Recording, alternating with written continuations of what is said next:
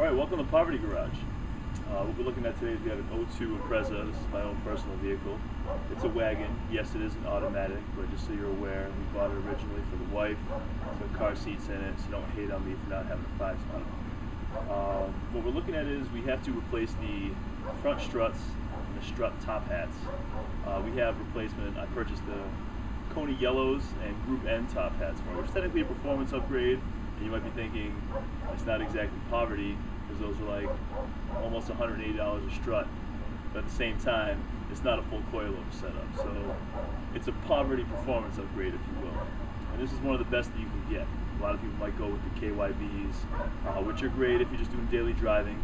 And I do just daily driving with this, but I also do spirited driving. So what we're going to be doing is, the car has a knock in the front suspension where when you turn left or right, you go over bumps, you hear clunks, twangs, metal on metal grinding. We've actually already replaced the driver's side ball joint.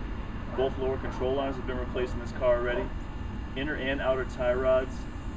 We've also done the front sway bar, the sway bar end links, and all bushings related to it. I replaced all the hardware as well. We still have a suspension block. So after this is done, it should go away.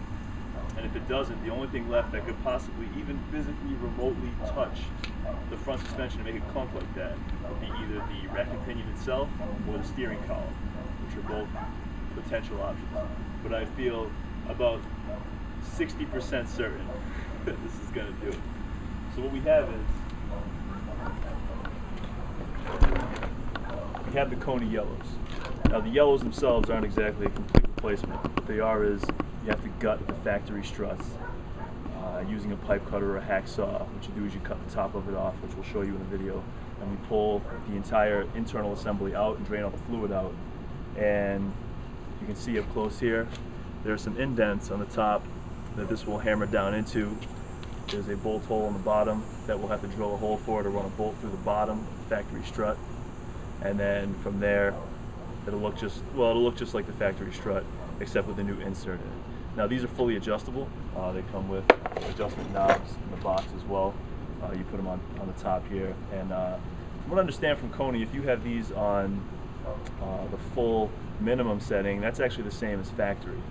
And I believe it's for every turn you're going 100% stiffer, which is, you could make full stiff race suspension on this if you wanted to. We're not going to from the start, because we're going to be using the factory spring, because this car is only driven through central New York, and in the winter time sometimes they don't plow at all. We got to go through 12 inches, 14 inches of snow at a time.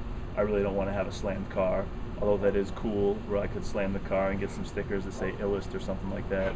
I'm just going to go with these, the factory spring, keep the factory ride height, use winter tires in the winter with the Blizzaks, and we'll be in good shape.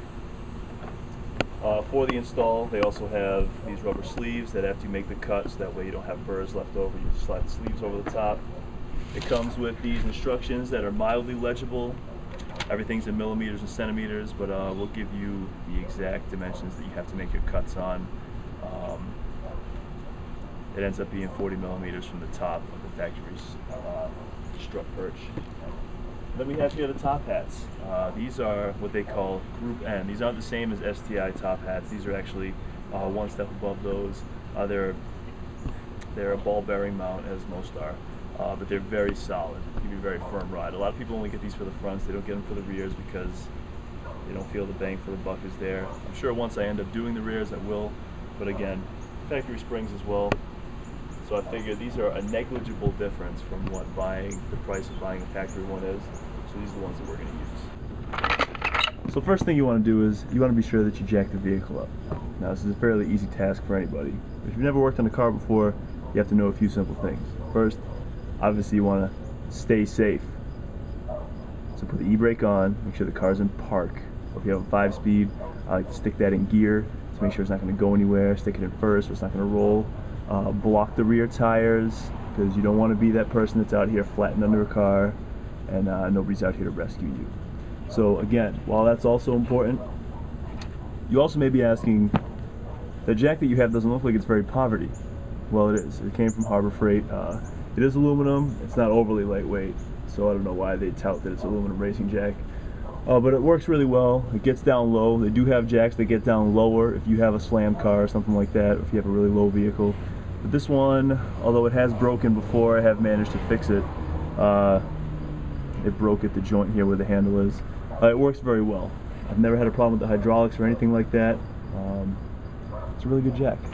So on this car, the jacking point you want to use is there's a cross member that runs across the front of the engine cradle, where, let me get it right in place here, it's just behind the actual oil pan itself.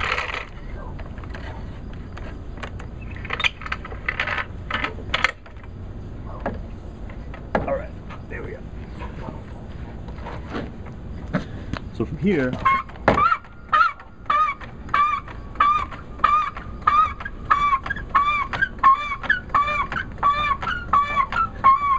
you're really looking to just get the wheels off the ground. I like to get it pretty high so that way I can have some kind of maneuvering space. For this job, we're not really going to have to get under the car too much. But I still like to raise it up high, that way you can get the jack stands up to a decent height and be able to lower it down and still be off the ground. So you may see that we're using wood here to go underneath our jack stand. Now the reason being is, if you have an asphalt driveway and you put these jack stands down like this, and you raise them up and you lower your car onto them, these feet are going to dig straight into the asphalt.